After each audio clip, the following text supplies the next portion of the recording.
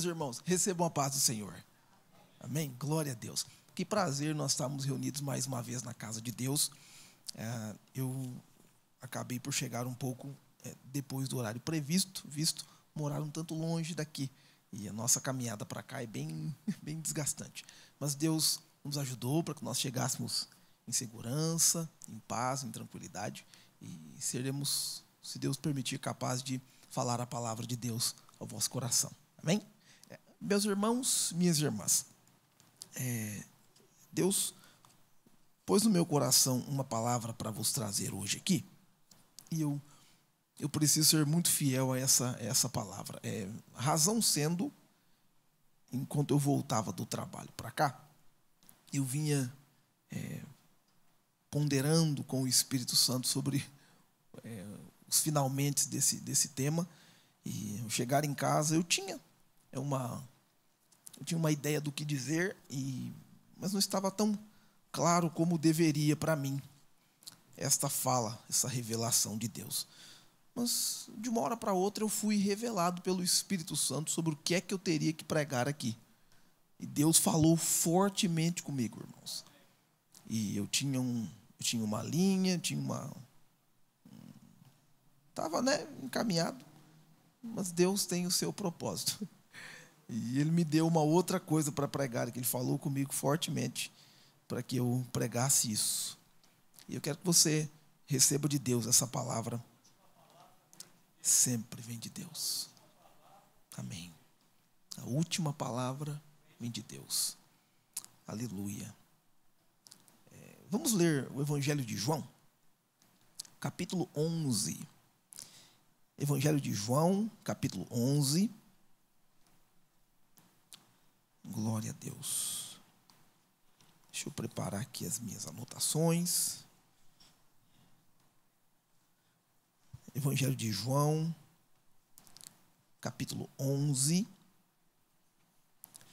E nós leremos a partir do verso 33 até o verso 44. Glória a Deus. São João 11, 33 ao 44. Irmãos, esse texto é muito conhecido. Confesso ser uma passagem muito do vosso conhecimento, da vossa inspiração. Então, eu já disse aos irmãos, não sou um grande historiador, mas nós vamos tirar algumas lições desse texto aqui, para a glória de Deus. Vamos lá? Vamos ler? Do 33 ao 44, São João. O texto diz assim, Jesus, pois, quando a viu chorar, e também chorando os judeus, que com ela vinham, moveu-se muito em espírito e perturbou-se. E disse, onde o pusestes? Disseram-lhe, Senhor, vem e vê. Jesus chorou. Disseram, pois, os judeus, vede como o amava. E alguns deles disseram, não podia ele, que abriu os olhos ao cego, fazer também com que este não morresse? Jesus, pois, movendo-se outra vez, muito em si mesmo, foi ao sepulcro. E era uma caverna e tinha uma pedra posta sobre ela. Disse Jesus, tirai a pedra. Marta, irmã do defunto, disse, Senhor, já cheira mal, porque é já de 4 dias. Disse-lhe Jesus, não te hei dito que, se creres, verás a glória de Deus? Tiraram, pois, a pedra. E Jesus, levantando os olhos para o céu, disse, Pai, graças te dou, por me haveres ouvido. Eu bem sei que sempre me ouves, mas eu disse isso por causa da multidão que está ao redor, para que creiam que tu me enviaste. E tendo dito isto, clamou com grande voz, Lázaro, vem para fora. E o defunto saiu, tendo as mãos e os pés ligados com faixas, e o seu rosto envolto num lenço. Disse-lhes Jesus: desligai-o e deixai-o ir. Meu Deus. Meu Deus. Meus irmãos, eu quero pregar nessa noite, mais especificamente aos homens dessa casa, aos homens que nos ouvem e nos assistem. Não que nós não faremos menção da palavra de Deus às mulheres, não é por isso. Mas esse texto terá um endereço muito específico aos homens que me ouvem, que nos assistem, aos irmãos que estão presentes aqui. Deus quer falar conosco de maneira muito específica aqui nessa ocasião. E o nosso tema hoje aqui é muito simples, mas é muito necessário para o tempo que nós estamos vivendo. Nosso tema é: soltem ele. Soltem ele. Você pode olhar para alguém que está perto de você e repetir essa fala para ele? Diga: soltem ele. Soltem ele. Glória a Deus. Soltem ele. Meus irmãos, quando nós lidamos com a igreja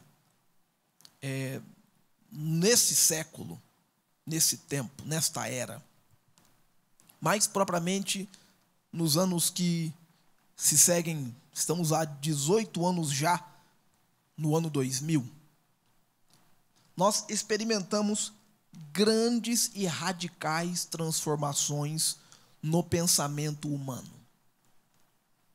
Desde que Deus nos posicionou, desde que Deus nos colocou neste planeta para fazer a sua vontade, nós crescemos, nós mudamos, nós evoluímos em pensamento, em ideias. E preste atenção que nos dias de hoje, nós fomos mudados, moldados por algumas forças que não são de todo controladas por nós. Nós somos empurrados pelo tempo. Nós somos empurrados pelas transformações sociais, socioeconômicas. Tudo isso converge para que hoje nós, seres humanos, tenhamos um entendimento até um tanto diferente da vida, de alguns valores dos quais nós tínhamos antigamente.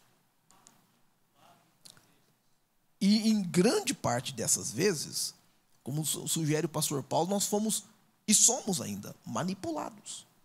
Nós somos incentivados por forças de grande parte malignas para que nós percamos nossa referência de humanidade. E aí, olha onde dá errado.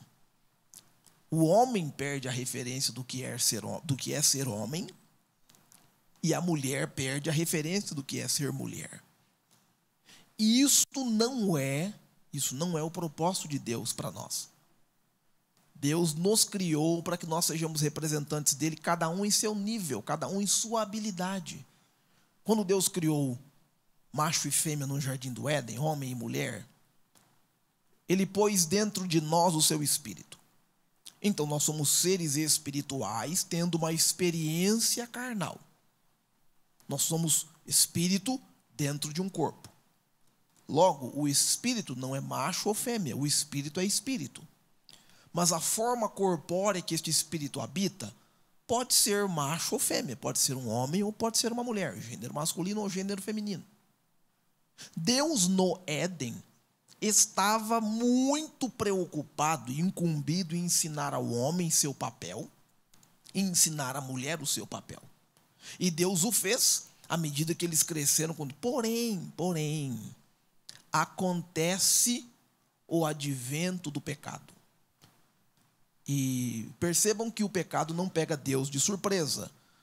Quando o pecado acontece no Éden, não soa um alarme no céu. Pi, pi, pi, pecado, pecado, o que a gente faz? E agora? Não. Paulo vai dizer para a gente em Colossenses que Jesus já estava, o cordeiro morto desde a fundação do mundo. Então, Deus não foi pego de surpresa pelo pecado. Só que nós, pela liberdade que tivemos, nós começamos a sofrer as transformações que o pecado causou na gente. E, meus irmãos, a nossa história, de acordo com a Bíblia, tem aproximadamente 6.000 e alguns anos. E nesse tempo, nós fomos transformados pela existência do pecado em nós de tal forma que nós fomos perdendo devagarinho nossa referência. E mais diretamente aos homens que me ouvem aqui, nós teremos algumas terminologias para lidar com muita categoria neste século, e são terminologias um tanto pesadas. A primeira terminologia que a gente precisa lidar com o homem moderno é o machismo. Nós tivemos alguns episódios na TV alguns dias atrás sobre uma apresentadora e uma outra participante que entraram em uma discussão travada com um rapaz sobre essa questão de machismo e feminismo. Foi um episódio que a internet se balançou por completo. Todo mundo ficou abalado com a postura da moça que se referia ao rapaz, e toda a internet ficou mexida com isso. E a causa desse fato é ela o acusar de machismo e ele tentar explicar o feminismo. Irmãos, isso deu uma briga, deu uma confusão. E o nosso problema são as terminologias. A gente tem um problema com as terminologias. Nós damos os ismos às pessoas, né? Fulano é isso, fulano é aquilo. Nós categorizamos as pessoas e isso é um perigo muito grande. Agora, vejam só. O machismo, ele é meliante e ele é criminoso. Porque se a gente observar como é que o machismo é descrito, o machismo não é bíblico. O machismo não é de Deus, não é de Jesus. Hipótese alguma, a gente pode fazer a pergunta, Deus é homem? Porque, ou Deus, ou Senhor. Não, Deus não é homem. Deus transcende a masculinidade ou a feminilidade. Deus não tem uma agenda, um gênero. Deus é espírito. São João 4:24 diz que ele procura os que o adorem em espírito e em verdade, pois ele é espírito, ele interage com o nosso espírito. Ele não é carnal, carne como nós. Ele não tem uma representação humana como nós, Deus o Pai. Então Deus não pode ser machista. Deus não pende para o lado dos homens mais, ou para o lado das mulheres mais ou menos. Não existe isso em Deus. Nossas culturas, por causa do pecado, mesmo a cultura judaica, hebraica, bíblica, tem aspectos de dominação masculina. Sim, existem esses aspectos nessa cultura. Como em todas as culturas, por causa do pecado. O pecado faz as pessoas trocarem de lugar, perderem a sua identidade. E o problema não é Deus. O problema somos nós, os pecadores, que deixamos de aprender como é que nós lidamos com as nossas deficiências ou com as nossas diferenças. E essa é a nossa responsabilidade. Aí logo, o machismo é falta de identidade, porque classicamente a gente pode identificar um homem que precisa afirmar a sua masculinidade. E aí ele cai na categoria descrita do machismo. Ele precisa afirmar a sua masculinidade, ele precisa falar com altivez, ele precisa reprimir ou rejeitar uma mulher. Acaba que isso é uma deficiência na sua identidade. É um problema também com o seu propósito de existência, porque o homem que precisa se impor de outra forma, a não ser pela sua simples existência, ele precisa se impor, precisa se autoafirmar, ele está fora de propósito. É a diferença entre uso e abuso. Quer ver só? Você tem um celular aí, mas, irmão, não é uma profecia, não é uma revelação, é só um fato. Você comprou esse celular e você não leu o manual de instruções dele. Por não ler o manual, você não faz metade das coisas que esse celular é capaz de fazer. Você usa ele em capacidade mínima, porque você não leu o manual. Então, ao invés de uso, você promove abuso. Tudo que a gente não sabe como usar é abusado por completo. Perceba a masculinidade. Se a gente não leu o manual da masculinidade, como ser um homem, e este manual está em Deus. Só Deus pode ajudar um homem a ser um homem de verdade. Se este homem não leu o manual em Deus, vai ser abuso. A sua masculinidade será abusada. Ele tornar-se-á um machista, alguém que precisa se afirmar, está fora de propósito. Um outro problema que a gente vai ter com o homem moderno, e eu falo isso dos anos 2000 para cá, nós teremos o feminista. O machista é o que precisa se afirmar e impor o seu espaço como homem, às vezes agredir, falar alto, etc. Mas o feminista é um homem pós-moderno que clama o direito das mulheres, defendendo as mulheres do ponto de vista feminista. E olha só, a agenda feminista é uma agenda perigosa. É uma agenda perigosa. A agenda feminista atual é diferente em tudo da agenda feminista quando as mulheres na década de 60, 70, na década de 50 lutavam por direitos genuínos. Hoje, algumas mulheres declaradas feministas lutam apenas pelo direito de anarquia. Sim, exatamente. Mas para essa data já estava 30 e 20 eram genuínos movimentos. O que acontece, irmãos? Estes homens declarados feministas, na tentativa de limpar a barra dos demais homens, que são considerados machistas, eles pendem para o lado do feminismo, defendendo estes direitos clamados por essas mulheres. Nem todas as mulheres têm essa agenda negativa. Algumas mulheres não prezam isso, não têm essa ideia. E eu sei que eu estou entrando num terreno aqui muito pantanoso, é um terreno muito perigoso, mas eu estou no poder do Espírito Santo para pregar isso aqui. E Deus vai nos ajudar, aleluia. Estes homens, eles estão desinformados. Porque um homem não precisa de uma agenda para defender uma mulher. Ele precisa saber o propósito da sua existência. É simples isso. E aí ele também está influenciado diretamente pelos poderes da mídia, pelo desejo de ser famoso, porque hoje em dia alguém que... Exato, cair num jogo que existe todo um jogo político-social que envolve essa questão, e isso faz o homem perder o seu propósito. Aí entre o machista, o extremo do macho, né? Alguém que perdeu a sua identidade como homem e não sabe dominar a sua masculinidade. Aí vem o extremo do feminista, alguém que por vias deixou sua masculinidade de lado e adotou o feminismo, a femininidade, para poder ganhar uma fama, um sucesso, ou simplesmente ter a moral com estas outras mulheres. Esses dois extremos são completamente negativos. Ambos extremos não são genuínos, não são verdadeiros, não são saudáveis.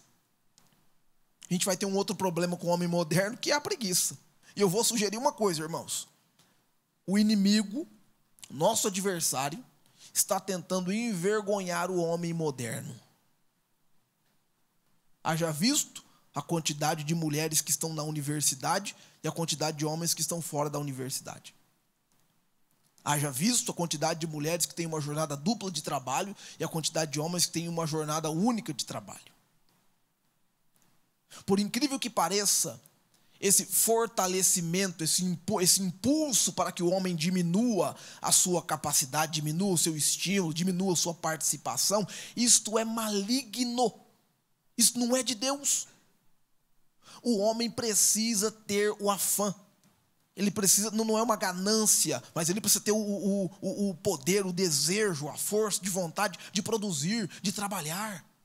E a gente precisa parar com o mito da aposentadoria gospel. Você já viu isso?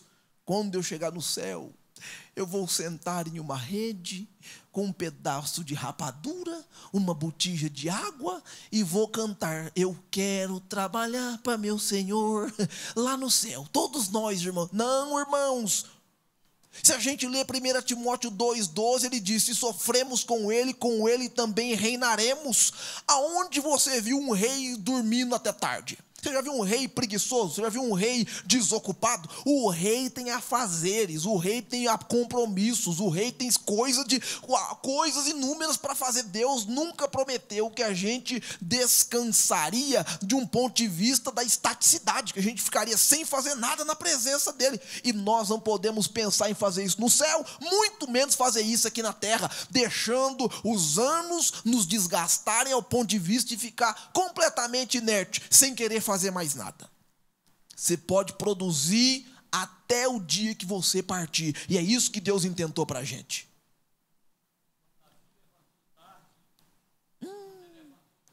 Pastor, agora o senhor irmão, do pastor sugeriu aqui, quando Davi levantou tarde, não foi para a guerra. Vocês lembram no que deu? Meu Deus. O homem não pode ficar estático na preguiça. Se a gente for ler Provérbios 13, verso 14. Provérbios 13, verso 14. É categórico o texto. Ele diz assim, ó: o preguiçoso não consegue nada. É isso. O preguiçoso não consegue nada. E nós precisamos repreender essas agendas da nossa vida. Essas imposições sociais, essas imposições causadas por uma agenda política maligna, tentando influenciar a nossa geração.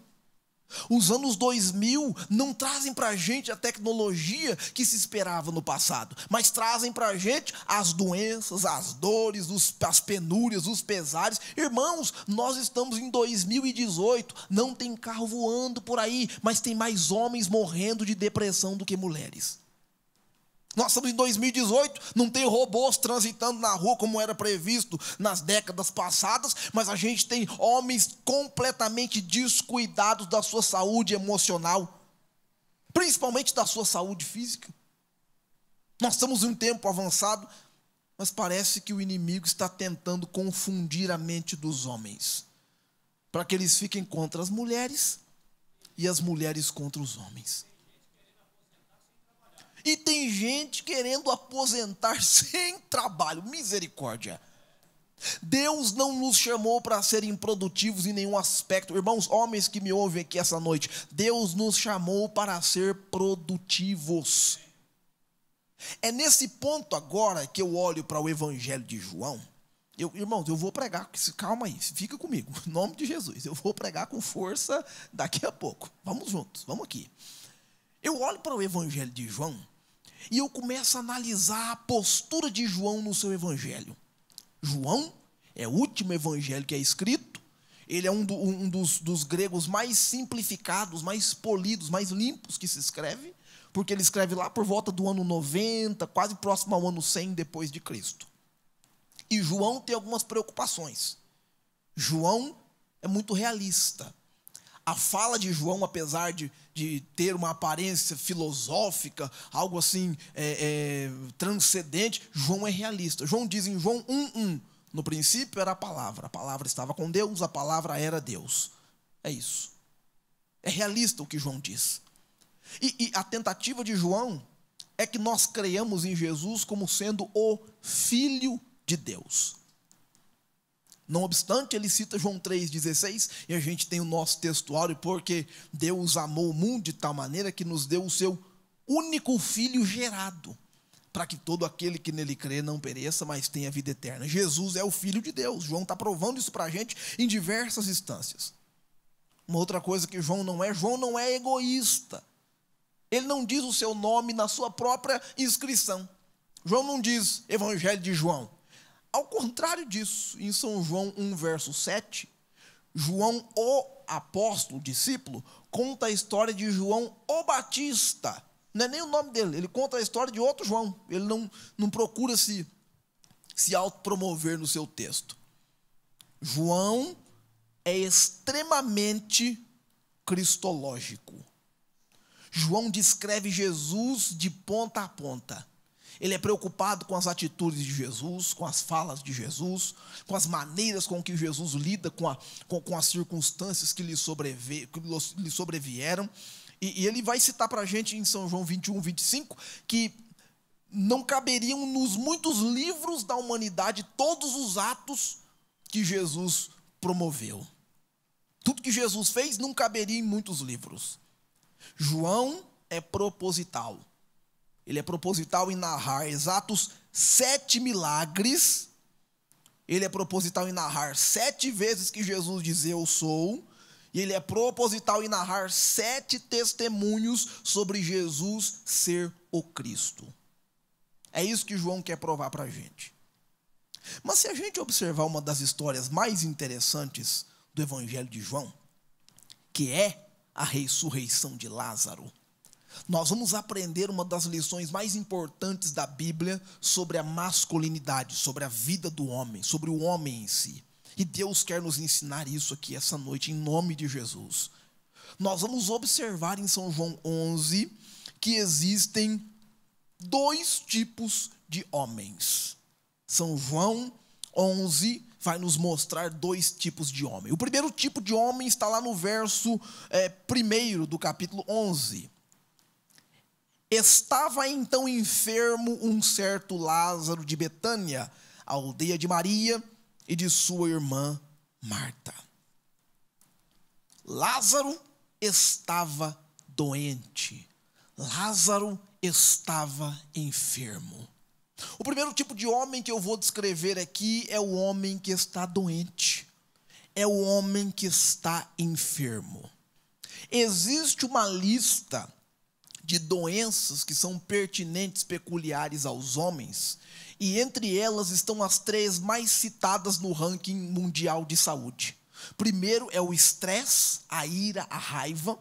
Segundo, cânceres e doenças estomacais. E terceiro, câncer de próstata. Todas essas doenças são devidas a uma falta de cuidado que os homens possuem quanto à sua saúde física e também à sua saúde mental.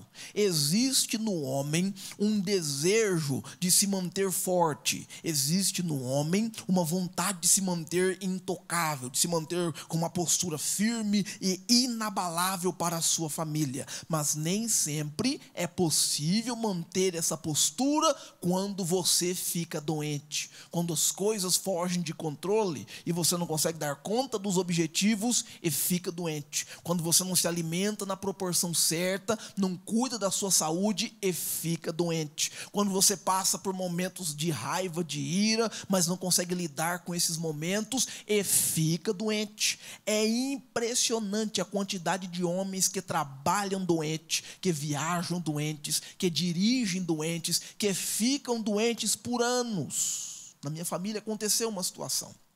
Um de meus tios, doente por muitos anos. Quando a sua doença foi descoberta, estava em um estágio muito avançado.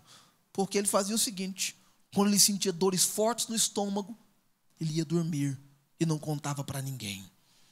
Quando a sua enfermidade foi descoberta, já era tarde demais para cuidar, para lidar, e ele se foi. Meus irmãos, o primeiro tipo de homem que eu estou narrando aqui para nós aqui é o homem que está doente. Preste atenção que o doente diminui algumas coisas. O doente diminui a sua felicidade.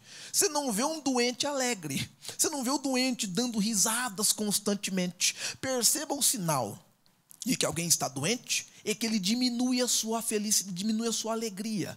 Ele fica mais triste, ele fica mais amuado, ele fica mais quietinho.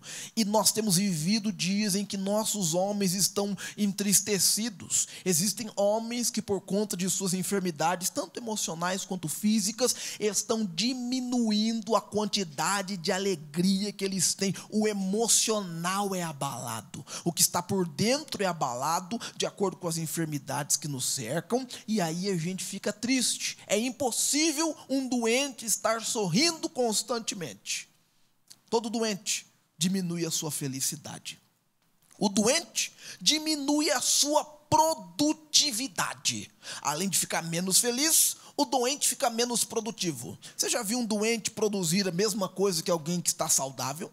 Você já viu um doente correr 10 quilômetros ao dia? Você já viu um doente se exercitar legalzinho, assim, fazer a sua vida acontecer com tranquilidade? Não. Alguém que está doente diminui gradativamente a sua produtividade. Diminui gradativamente o que ele produz não é mais o mesmo. Ele não produz mais para a família, não produz mais para si mesmo, ele não produz mais objetivos, não produz mais sonhos, não produz mais bons projetos, não produz mais boas conversações. Ele não produz, e é o seguinte, ele se torna dependente.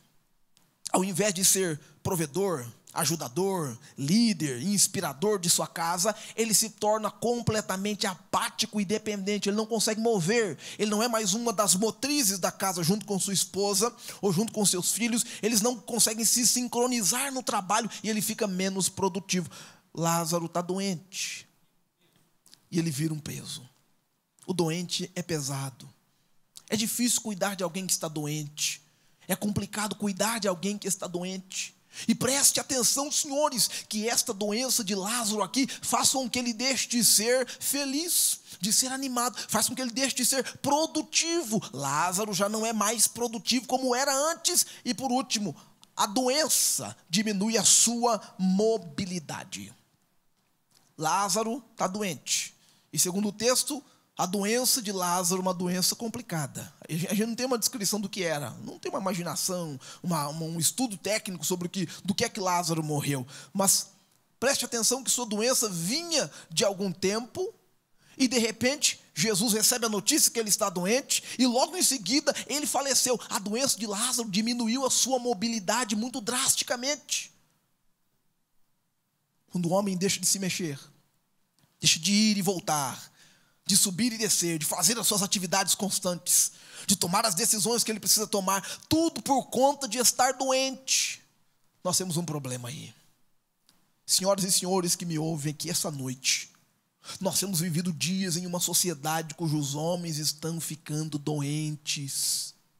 E Deus quer nos dar uma palavra de consolo, de restauração aqui essa noite. Quando a gente está doente, diminui a nossa felicidade.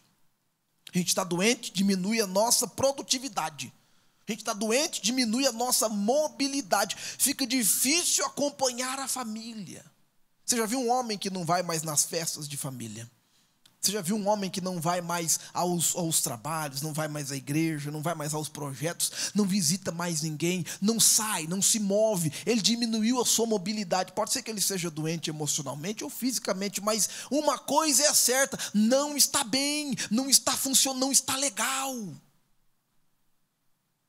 Alguém que se isola, alguém que se esconde, alguém que se coloca para trás. E isso é uma representatividade do que acontece com o homem porque ele está doente. Eu vou seguir dizendo que Lázaro doente representa a atividade do pecado na raça humana. Porque enquanto nós estamos no pecado, nós estamos doentes e oxalá não mortos. Nós estamos doentes. Estamos doentes. Somos como seres vegetativos, em um estado de doença terminal, quando estamos no pecado. E isso é o que acontece com Lázaro. Lázaro doente, nessa situação decadente de enfermidade, representa a atividade do pecado na raça humana. Normalmente os homens não querem falar sobre o que estão sentindo. Isso é muito natural dos homens. Mas eles precisam vencer essa barreira em nome de Jesus.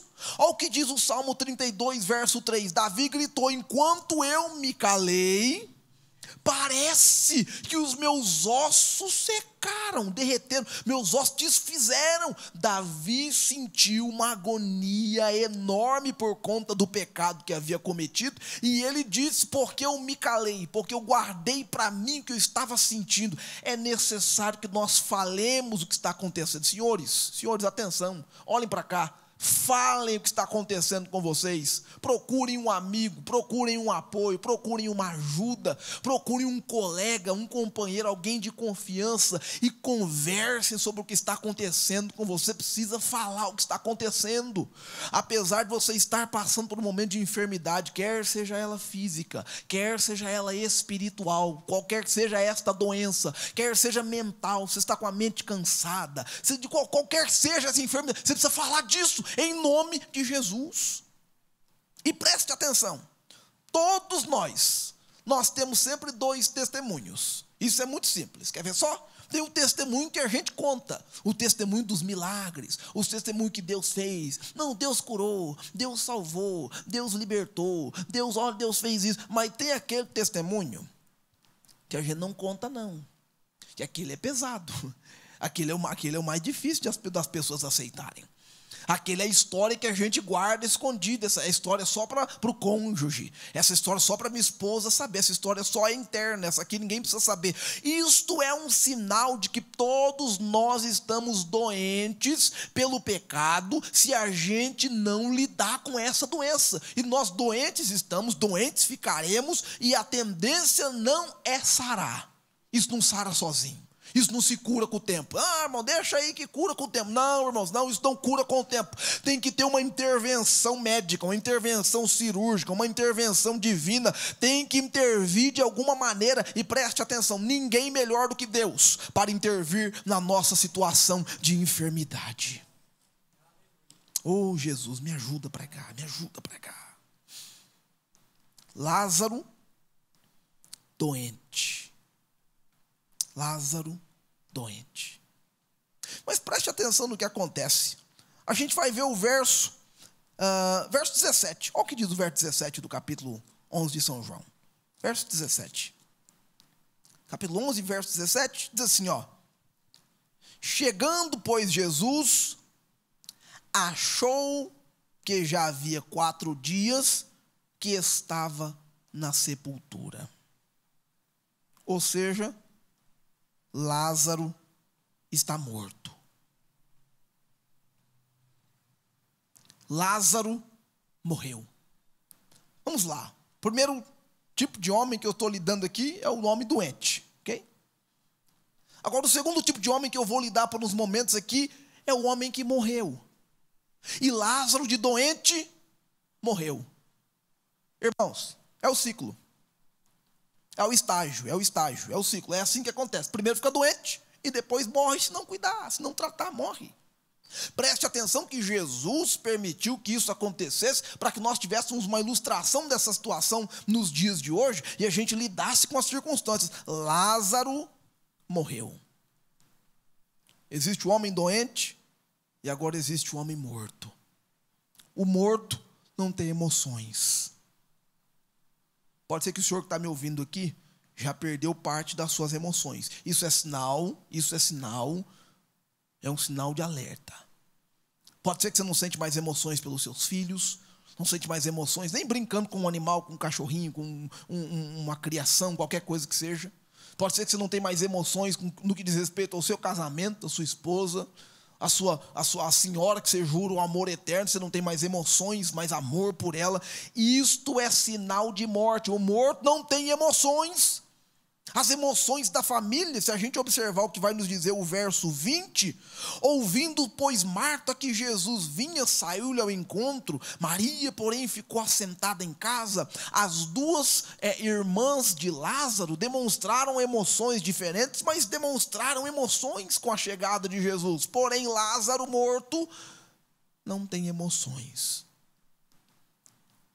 Verso 21, Marta vai falar com Jesus. Ó, o verso 21, disse Marta, se o Senhor estivesse aqui, meu irmão não teria morrido. A emoção de Marta em falar com Jesus.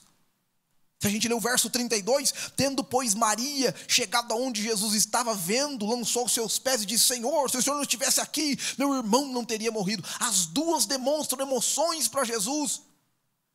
Mas Lázaro não pode demonstrar emoções, porque Lázaro morreu. Um homem que morre deixa de demonstrar emoções. Carinho, afeto, amor, companheirismo, tudo isso está relacionado com as emoções que você sente e apresenta, demonstra no dia a dia. E se você morreu ou morre, você não consegue demonstrá-las. O morto não tem nenhuma produção. O morto não faz nada, não produz nada.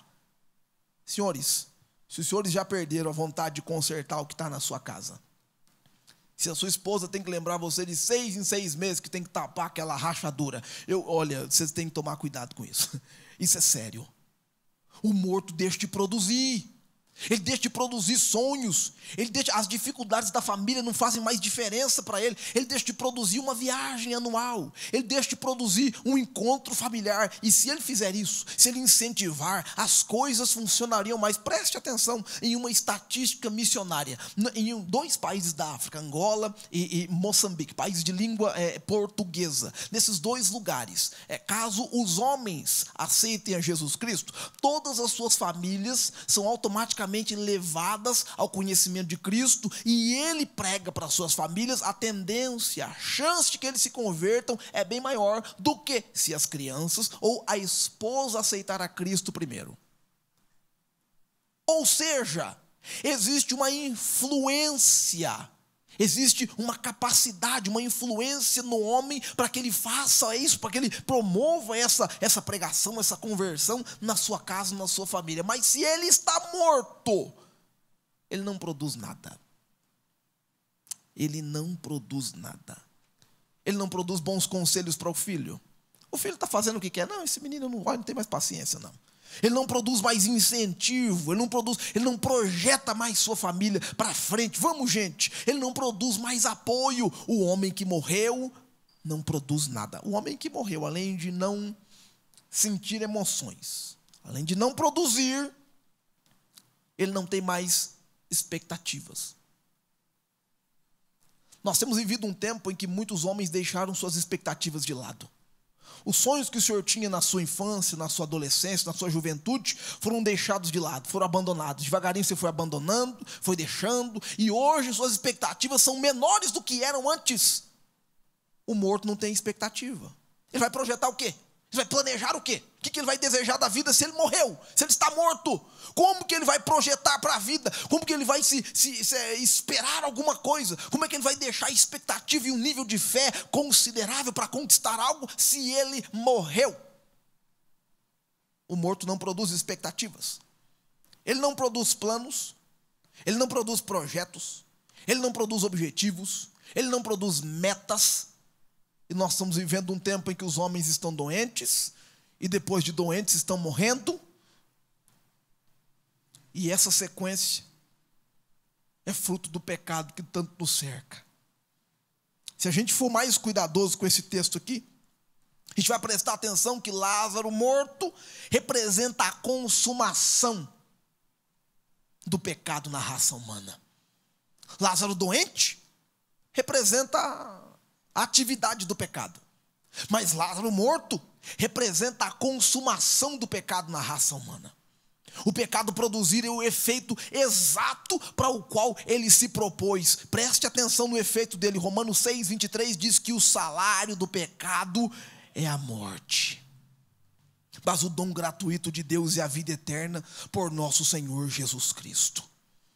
Lázaro adoece, Lázaro morre, e parece que nós estamos vivendo isso na vida de alguns homens. Se você está me ouvindo aqui essa noite, você pode experimentar essa fala, você pode se categorizar em alguma dessas palavras que eu estou dizendo, de acordo com a revelação que Deus está me dando.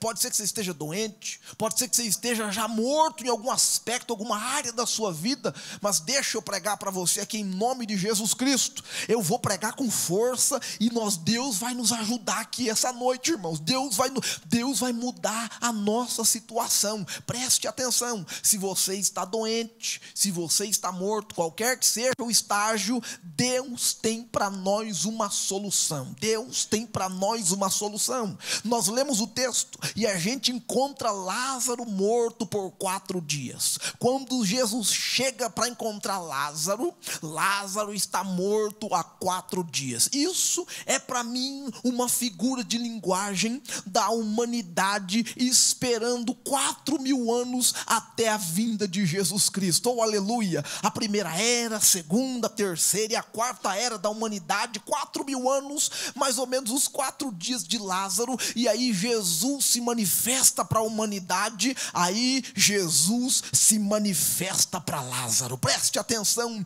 eu venho pregar aqui para alguém que possa estar doente, ou possa já ter morrido, mas Jesus se manifesta para nós aqui essa noite. Jesus se manifesta na sua vida. vida e Jesus se manifesta na minha vida. Do jeito que Jesus apareceu em Betânia nessa família, Jesus aparece para mim e para você aqui essa noite. Na revelação desta palavra pregada, Jesus aparece para a gente. E Lázaro morto, quando a gente morre, o nosso corpo perde as funções motoras, ele apodrece todo por dentro, tudo fica errado, tudo cheira mal no corpo, os nossos cabelos começam a descolar da cabeça pouco a pouco, nossa saliva, os líquidos do corpo secam, as enzimas explodem aqui dentro, os vermes que param de receber a luta dos anticorpos proliferam e começam a comer a carne de dentro para fora,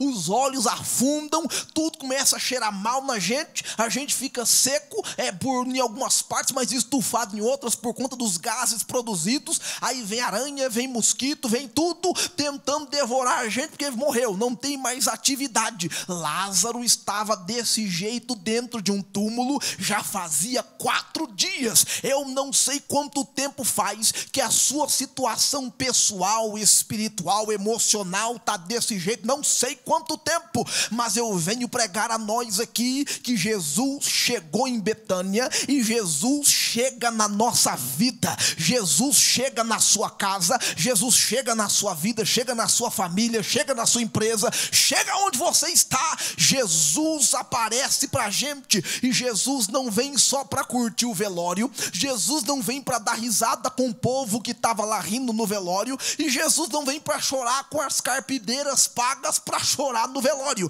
Jesus vem para resolver a situação. Jesus chorou, sim, Jesus chorou, mas Jesus chorou pela pessoa certa, que é Lázaro, seu amigo. Tem gente chorando pela pessoa errada, não chora não, espera a pessoa certa para você chorar. Jesus chorou pelo motivo certo, tem gente chorando pelo motivo errado, chorando porque comeram as paçoquinhas que você deixou na geladeira. Jesus chorou pelo motivo certo, o falecimento do seu amigo. Jesus chorou pelo tempo certo. Tem gente que está chorando há 20 anos, 30 anos, 40 anos, 50 anos, 60 anos, e não para de chorar pela mesma situação. Jesus chorou pelo tempo certo. O texto diz: Jesus chorou e disse mais: me mostra onde ele está. Jesus chorou, se recuperou do choro e foi resolver a situação.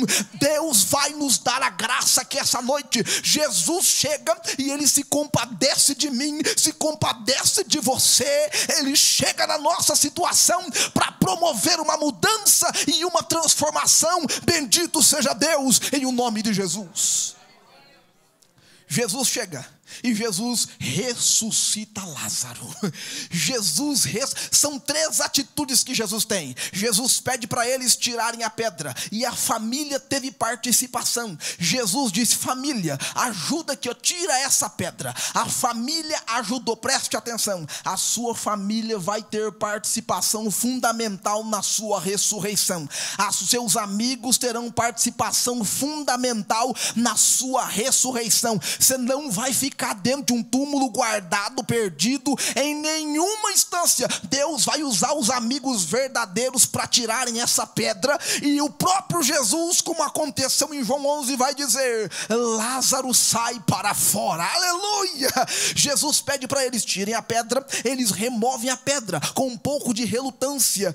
Senhor, já faz 4 dias, está cheirando mal, e preste atenção, tudo que dá errado cheira mal, e a gente não quer mexer naquilo que cheira mal. Tudo que está escondido talvez cheira mal, e a gente não quer mexer naquilo que cheira mal. Tudo aquilo que está fora do nosso controle, fora da nossa visualização, pode cheirar mal, e nós não queremos mexer com isso. Mas Jesus quer que você mexa com isso, sentir essa pedra daí, abre este sepulcro, abre este túmulo, e o que quer que esteja cheirando mal, quem vai lidar com isso não é você, não é a sua família, mas é o Jesus que mandou você tirar a pedra. Bendito seja Deus. Jesus disse: tira a pedra. Eles acreditaram o suficiente para tirar a pedra, porque Jesus os convenceu de maneira muito simples. Jesus disse: gente, talvez vocês estejam aí pensando, ele ressuscitará no último dia, na outra ressurreição ele vem. Calma aí, gente, eu sou a ressurreição e a vida. Eu estou com a responsabilidade de fazer acontecer diferente aqui agora. Eu sou a ressurreição de hoje. Irmãos, Jesus é a nossa ressurreição para hoje. Qualquer que seja o estado de morte ou a parte morta que está acontecendo na sua vida, na sua existência, Jesus é a ressurreição e Jesus é a vida para te alcançar. Aleluia! Nessa casa Jesus grita em alta voz: Lázaro, sai para fora. Quando Jesus diz isso, quando Jesus diz Lázaro, ele ressuscita. E quando Jesus diz sai para fora, você só diz para sair para fora quem já está vivo. Aleluia! A voz de Jesus gritando o nome de Lázaro vai lá nas partes escuras e baixas do universo, aonde quer que as almas estivessem naquele tempo, aonde quer que os seres estivessem guardados para a ressurreição do último dia. A voz de Jesus vai até lá, traz o espírito de Lázaro de volta ao corpo, e milagrosamente, aonde tinha inchaço diminuiu, aonde tinha verme, ele foi detonado pelos glóbulos brancos que voltaram a funcionar, aonde não tinha líquido, o corpo voltou a se abastecer, aonde não tinha sangue, estava coagulado, ressecado, o sangue voltou a funcionar, o coração parado voltou a bater. Lázaro, um pedaço morto, uma carne, ele estava ali, um corpus, mas foi ressuscitado por Jesus milagrosamente. Ele foi de volta, trago a vida pelo poder da palavra de Jesus Cristo. Jesus disse a palavra. Oh, Jesus disse a palavra. Jesus é a palavra. Jesus disse a palavra. Deixa eu pregar isso aqui um instante. Jesus disse a palavra, mas Jesus também é a palavra. João 1 verso 1, no princípio era o verbo, ou seja, a palavra, e o verbo era Deus, e o verbo estava com Deus. Aí em São João 1 verso 14 diz: no princípio era o verbo, e o verbo se fez carne, habitou entre nós, e nós vimos a sua glória, como a glória do unigênito do Pai, cheio de graça e cheio de verdade. Jesus era a palavra, era o pensamento de Deus. Jesus era Deus em pensamento no infinito. Então Deus manifestou Cristo Jesus em carne para nós. Nós não tínhamos ideia de como ele era, como o Filho de Deus seria, sendo que ele estava no pensamento de Deus, mas Deus o fez manifestar em carne entre nós. E Cristo disse aquilo que Deus dizia. Cristo pregou o que Deus pregava. Cristo agiu como Deus agia. Ou seja, Cristo vem direto do Pai. Cristo é do Pai. Cristo é o Filho de Deus. Cristo é o Deus Filho. Então Jesus diz a palavra, mas Jesus é a palavra de Deus. A mesma palavra que Jesus diz para ressuscitar Lázaro é a mesma palavra que Jesus é para ressuscitar Lázaro. Oh, aleluia! Jesus te ressuscita na palavra que ele diz, e Jesus te ressuscita na palavra que ele é. Oh, glória a Deus aqui pela sua santa palavra. Jesus é a palavra que nos ressuscita. E preste atenção, quando Lázaro foi ressuscitado, Lázaro foi tirado do estado de morte, assim como eu e você fomos e somos tirados do estado de morte pelo poder da palavra de Jesus. Mas ao sair do sepulcro, tem um obstáculo ainda. E o obstáculo me leva a concluir o meu último raciocínio para que a gente termine essa reflexão, esta palavra aqui. Lázaro sai do sepulcro ressurreto, porém Lázaro está amarrado. O verso 43 e 44 são cruciais para a gente entender o que Deus quer nos dizer aqui essa noite. Porque Lázaro é ressuscitado, oh, aleluia. Ele sai do estado de morte, o estado de enfermidade que o levou à morte. Ele ressuscita, porém Lázaro está amarrado. E Jesus vai dizer a frase mais importante deste texto aqui, no entendimento dessa revelação. Olha o que Jesus diz para a gente no verso de número 44. Jesus diz assim, ó: e o defunto saiu, tendo as mãos e os pés ligados com faixas, e o seu rosto envolto em um lenço. Mas disse-lhes Jesus, oh aleluia, soltem ele, soltem ele, soltem ele, soltem ele, em nome de Jesus. Pode ser que você já ressuscitou com Cristo, como nos diz o texto de Colossenses 3, verso 1. Portanto, se já ressuscitastes com Cristo, pensai nas coisas que são de cima, onde Cristo está sentado. Pode ser que você ressuscitou com Cristo, e eu creio nisso, eu oro por isso. Porém, pode ser também que você, como Lázaro, que ressuscitou, ainda esteja amarrado. O verso 44, pode ser que você esteja nesse verso, com as mãos amarradas, com os pés amarrados, com o rosto envolto, e isso quer dizer que com as mãos você não produz nada, com os pés amarrados você não vai a lugar nenhum, e com o rosto amarrado você não vê nada, não expressa nada, não demonstra nada, e você está ressuscitado, porém ainda permanece amarrado a alguma coisa. E quantos de nós ainda não estão amarrados? Talvez você ressuscitou, mas está amarrado em algum vício.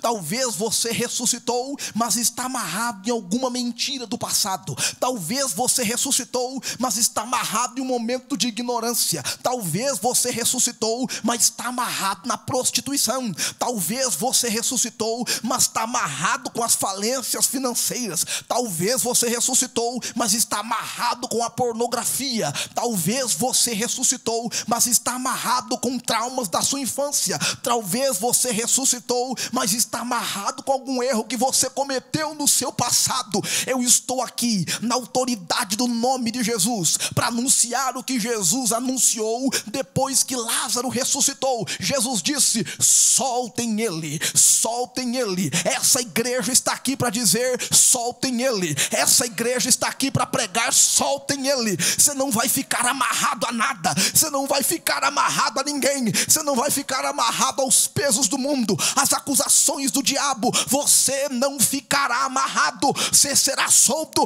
em nome de Jesus de Nazaré. Você vai ficar livre, você vai ficar desatado. As cadeias cairão, as faixas cairão, as amarras cairão, em nome de Jesus Cristo. Soltem ele, é a palavra de Deus para nós aqui.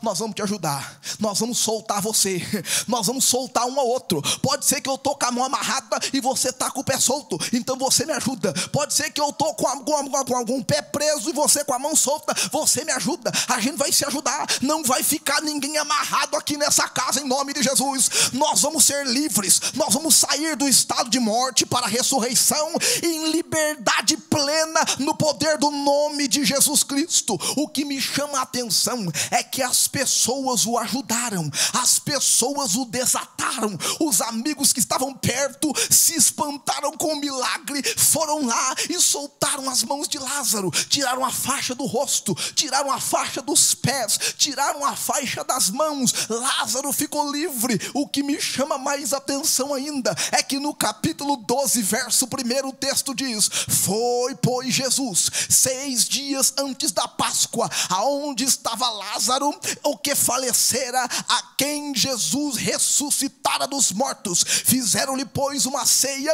Marta servia e Lázaro era um do que estava à mesa com ele. Preste atenção, depois que Jesus ressuscitou Lázaro, ele foi para a festa. Depois que Jesus tirou Lázaro do sepulcro, ele foi para a festa. Depois que ele foi desamarrado, foi desatado, ele foi para a festa. Deus não quer que você fique amarrado nas circunstâncias da vida, mas Deus quer que você vá para a festa em nome de Jesus de Nazaré. Aleluia, aleluia. Em nome de Jesus, o nosso Cristo, receba essa palavra em seu coração. O que quer que esteja amarrando você, o que quer que esteja causando esse processo de doença, morte e estaticidade, para tudo, não produz. Qualquer que seja este tempo, este momento, essa circunstância, nós estamos aqui. E Jesus diz: soltem ele. Nós vamos te soltar. Nós vamos te soltar, nós vamos te ajudar. Essa igreja está aqui para ajudar você. Essa igreja está aqui para ajudar você a ser solto de qualquer ou quaisquer amarras que estejam te cercando. Eu gostaria de orar com você aqui essa noite, em nome de Jesus. Fique de pé no seu lugar, por favor. Nós vamos clamar a Deus nesse instante. Oh, Espírito Santo, nos ajuda. Oh, aleluia. Oh, aleluia. Oh, aleluia. Preste atenção no que eu vou dizer aqui agora. Você que está nos ouvindo pela internet, pelo rádio, onde é que você esteja, e você identifica a sua situação com essa palavra pregada. Você identifica que Deus fala ao seu coração que você precisa experimentar liberdade plena. Ser livre de qualquer amarra, qualquer coisa que te prende. O sistema desse mundo, as aberrações dessa geração, influenciada pelo mal constantemente, qualquer que seja, o que te amarra, o que quer que seja que te amarre. Deus quer nos usar para te ajudar. Jesus responsabiliza os seus amigos, parentes ali, dizendo, olha, soltem ele. Nós estamos aqui para cumprir o que Jesus diz, soltem ele. Você pode contar com os amigos dessa igreja, com os pastores dessa igreja, com os obreiros dessa igreja. Nós vamos soltar você, em nome de Jesus. Jesus falou para a gente, soltem ele. O texto está dizendo, soltem ele. Você não vai ficar amarrado. E você você não deve negar isso, guardar isso, prender isso, fazer como se nada tivesse acontecendo. Essa não é a verdadeira força que você demonstra. Essa não é a verdadeira força que você demonstra. A força está em admitir necessidade pela ajuda de Deus. A força está em se render ao Deus que nos promove salvação. Nesse momento, se você está aqui essa noite, e você deseja receber uma oração específica por alguma área da sua vida, você recebe Deus falando no seu coração essa palavra, dizendo, olha, eu preciso ser livre. Qualquer que seja essa amarra, qualquer que seja. Você deseja receber uma oração específica. Aí mesmo no seu lugar, coloque as mãos sobre o seu coração agora, por favor. Nós vamos clamar a Deus nesse instante. Você é um homem que nos assiste pela internet, faça isso agora. Se você sente Deus falando ao seu coração agora, nesse instante, faça isso. Põe as mãos sobre o seu coração, nós vamos orar a Deus. Nós vamos clamar a Deus por liberdade plena. Ressuscitar em Cristo, maravilhoso. Nós experimentamos isso nessa pregação através da ressurreição de Lázaro. Mas desatá-lo é o ponto crucial para que ele haja em liberdade, para que ele flua em liberdade diante de Deus. Nós vamos orar pela sua liberdade. Oh Deus, oh Deus da misericórdia, tem piedade de nós, ó Pai. Tem misericórdia da nossa alma nesse instante. Tem misericórdia de nós, Jesus. Cada homem que me escuta aqui essa noite, cada irmão que me ouve essa noite, ó Deus, nesta palavra direcional que o Senhor traz ao meu coração para pregar a eles. Oh, Jesus, nos ajuda a soltá-los. Nos ajuda para que sejamos agentes da liberdade deles, da libertação deles. Nos ajuda a desatar as amarras e os nós que estão enrolados, envolvidos nele. O processo de ressurreição é espiritual, é o Senhor quem faz. Mas as amarras o Senhor nos deu a habilidade para tirar. Nos ajuda, Deus. Nos ajuda a soltar essa geração. Nos ajuda a soltar os homens dessa igreja de quaisquer amarras que eles estejam presos. Nos ajuda a soltar os homens desta vizinhança em quaisquer amarras que eles estejam presos. Nos ajuda a soltar os homens deste país, desta nação, desta geração. Nos ajuda a soltá-los, ó Deus, de qualquer embaraço que os prenda. Nos ajuda a soltar, ó Deus, em nome de Jesus, nossos filhos, nossos parentes, nossos primos, Senhor, onde quer que haja alguém preso, amarrado por alguma coisa, algum vício, algum trauma, alguma circunstância adversa, Senhor Deus, alguma influência maligna, alguma opressão, alguma possessão, nós em nome de Jesus liberamos uma palavra de liberdade e pedimos a tua graça para que nós cheguemos até eles, para soltá-los em nome de Jesus. Sejam livres agora, sejam livres em nome de Jesus, sejam livres do poder da cruz, sejam livres da autoridade do Deus vivo, sejam livres em nome de Jesus de Nazaré, sejam livres em nome de Jesus, em nome de Jesus, em nome de Jesus, em nome de Jesus.